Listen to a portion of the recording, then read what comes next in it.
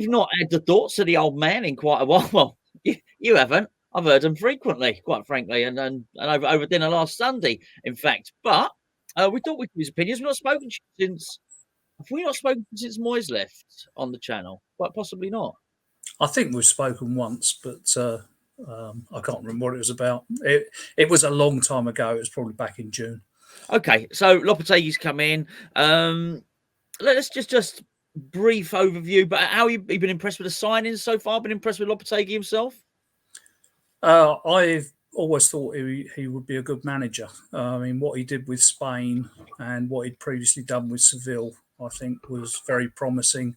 People talk about the defensive football he played at Wolves. He was dealt a very dodgy hand at Wolves. He only had one transfer window, the January window, to do anything. And when he turned up, I think they were either 19th or 20th. And they were only going one way, and he turned it round. Yeah, they were boring, but I think that was done out of necessity. I think he will be much more attacking than Moyes, but I think he's still feeling his way a little bit. I wondered what he was feeling then. I wonder what you were gonna suggest about the no room for that. Well, there's probably plenty of room for that, to be fair, in the West Ham dugout, but it shouldn't be allowed, that sort of thing. Let's have a little chat about how we've been playing, how West Ham have been playing. What have you thought so far then? Well, I think we've been more on the front foot than at any time last season, really. I think he gives the attackers more license to break forward. I think Moyes, we always played with the handbrake on. He was always worried about what everybody else can do. And yet we had 4/5 really good attacking players that should be worrying the opposition, but they weren't allowed to worry the opposition because of the way we were playing. And I believe that was under instruction from him. I'm a little concerned about Paqueta this season, as is everybody else. His head does not seem to be in West Ham mode at the moment. Don't know why. Hopefully he can get that sorted out, and if he doesn't get it sorted out, I hope Lopetegui's brave enough to do something about it. Yeah, I mean, that's interesting. I mean, again, that's something we haven't found out yet. We don't know that yet about him, do we? No. I would assume, judging by his demeanour, that's the way he carries himself, I would imagine he's got that authoritative way about him, whereby, if irrespective of player reputation, if somebody needed to be dropped, he'd drop them. But we were so early at its embryonic stages. We've got one cup game, 3 league games on which to judge him. Not all the new signings have played. As the ones that have impressed everybody else impressed you? I think some people have gone a little bit over the top about Kilman. I think he's done well, but I don't think he's in England form, for instance. But no, I'm happy with him. I'd like to see more of Somerville. Rodriguez looks like he's a class act, albeit a slow one. But, that doesn't matter. There's been lots of very, very effective players in the Premiership who have not been that particularly quick. Look at Jorginho and what he did at Chelsea, for instance, and has done at Arsenal on occasions. He's one of the slowest footballers around, but he seems to find time and does things the right way. So, no, I'm looking forward to it. I did want to see. I'm useless with names, as you know. I did want to see our German centre forward play Füllkrug, a fuller role, and I think if he hadn't been injured, this weekend would have been very interesting to watch him. But obviously, he's going to be out for a couple of weeks, I'm guessing. No. So initially, it was deemed to be an Achilles tear. Then they said it was actually might have been tendonitis, which is not as bad and requires some rest. Came back, he had his scan, and it appears to be bruising. And with that in mind, he's got a late fitness test. So we'll do this. I mean, I was planning on releasing this video early on match day morning, but we'll do it now. We'll upload it today on a Friday. But yeah, it appears he's got a late fitness test, so you may well see him. So, I mean, you've missed out Alan. Old Alan there. Oh, Alan at right back. Wan Bissaka, I always thought he was incredibly badly treated at Man United. I think he's still possibly the best man for man marker in the Premiership, as a defensive fullback. So to me, he should have been brought in.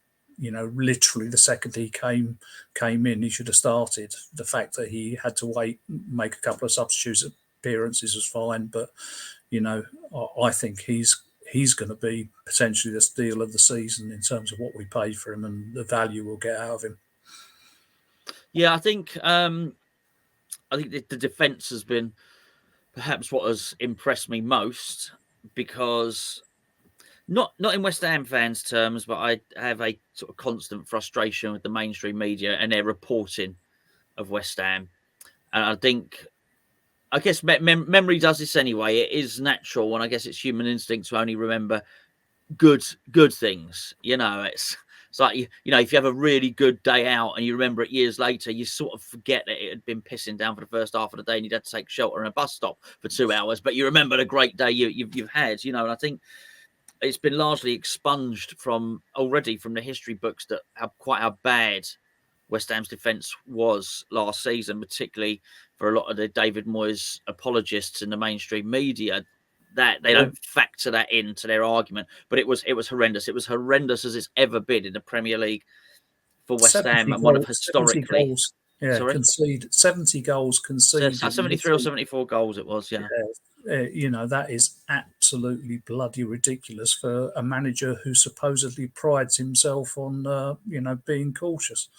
Absolutely ridiculous. So I feel Lopetegui probably came in, well, like you alluded to at Wolves, actually, and probably came in and his remit to himself as much as anything was actually, but let's sort that out. And I think by and large he has. What have you taken to? I don't want to misquote you. You weren't unimpressed with Kilman. You just don't think he's maybe. Franz Beckenbauer, are you? But you think he's been decent. Oh no, Kilman's been decent. I just think a lot of people have gone over the top. They're calling for him to be included in the England squad at the moment. What, me? Probably. Don't listen to you. But I did. I have done. Yeah. Ahead of Harry Maguire. Yes, I stand by that. Yeah. Yeah. Well, I won't argue with him being ahead of Harry Maguire, but he certainly wouldn't be ahead of Gay. No. And Stones. And to be honest, the other thing that I think Carsley should do is I think he should consider playing Walker as a centre half if he's going to play with Trent Alexander as a sort of wing back. Maybe you could go to Carl Walker being a right-sided centre back. You don't need too many big centre backs. What you do need in the modern game is pace. And admittedly, Gay and Stones have got pace, but they haven't got Walker's pace. Really? Yeah, there you go. Did you watch any of the England games? I only watched the first one. I didn't watch the second one. And the first half was very promising. The second half was very dull. I thought Bowen, when he came on, looked incisive, which is something that Harry Kane hadn't done all game. But, Ollie Watkins has got to come back, hasn't he? So I think Bowen didn't do himself any harm, but I don't think he pushed himself in front of Watkins. No, I think a lot of people say that, but he hasn't got to. He just has to give him a viable option, what with Callum Wilson no longer being a viable alternative, and with Ivan Toney, that's it. If he can be third choice England striker and a reserve winger, then I feel that's going to be enough to keep getting him into England squads. What it means is he going to be a viable option for Julen Lopetegui up front, particularly given the conundrum with Mohamed Kudus. But you're not going to get to find that out, you lot, right now, because what we're going to do is we're going to go off now and we are actually going to record a match day preview for the morning. We'll do that now. We'll speak about Fulham. We'll speak about the West Ham team. We'll find out what the old man wants to see. Look, as you've already gathered, he wants to drop Max Kilman.